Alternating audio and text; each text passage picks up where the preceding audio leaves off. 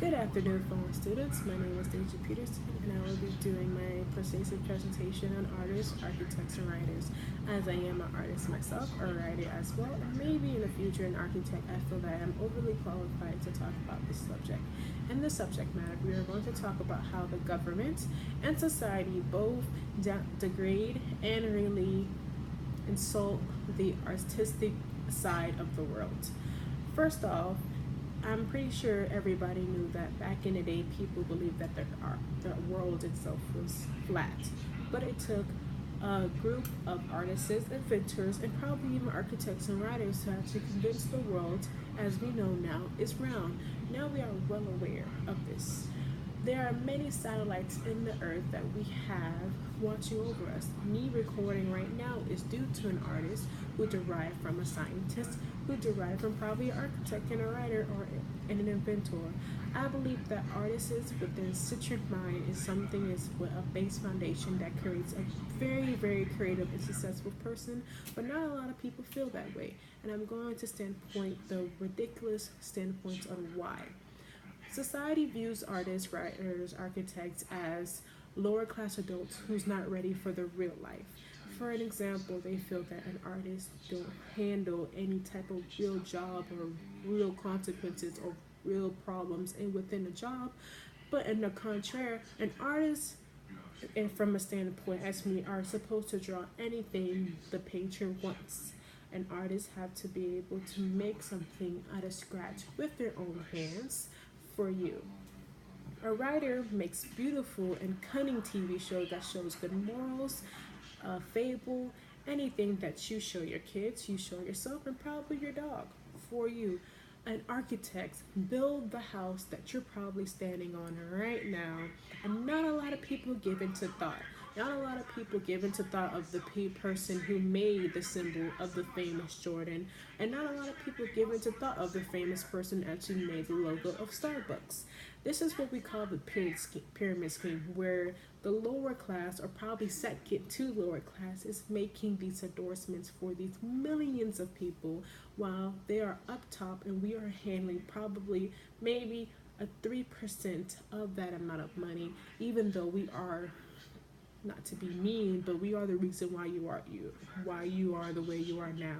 If Jordan did not have the symbol of the Jordan making a dunk, would you buy that? Would you still buy the shoes? If Nike did not have that signature really thick check, would you still buy the shoe? Would you still buy Starbucks even though it doesn't have that weird leg mermaid? Would you? Tell me in below. I feel like artists, writers, and architects do not get much credit, and the government do plays a big part. We talked about society, now let's talk about government. Government makes it seem that being in a government standpoint is the best route to go.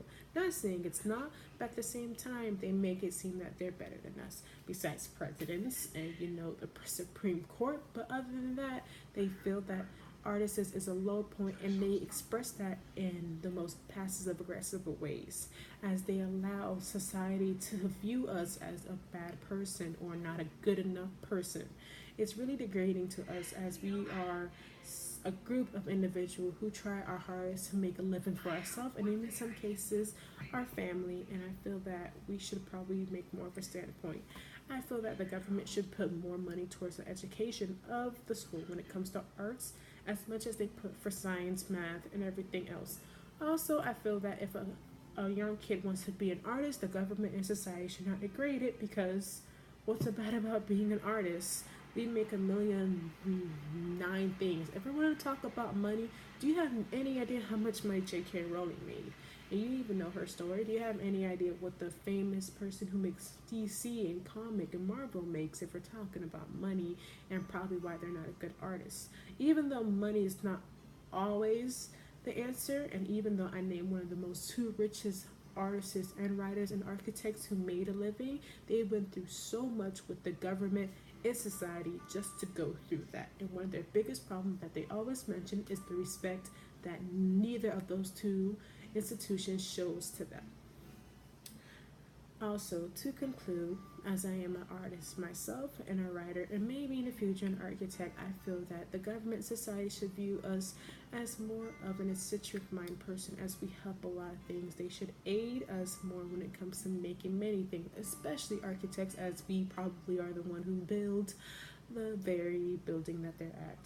Also, I feel that maybe when it came to little things such as, putting more information, putting more into the education system when it comes to arts as much as we do when it comes to math and all the unnecessary testing. Let's do something that the kids might enjoy and probably want for the future. And that's when society step in to not make it seem that it's such a horrible thing. As in, the clothes you're wearing right now, it's because of art. What would we do without art?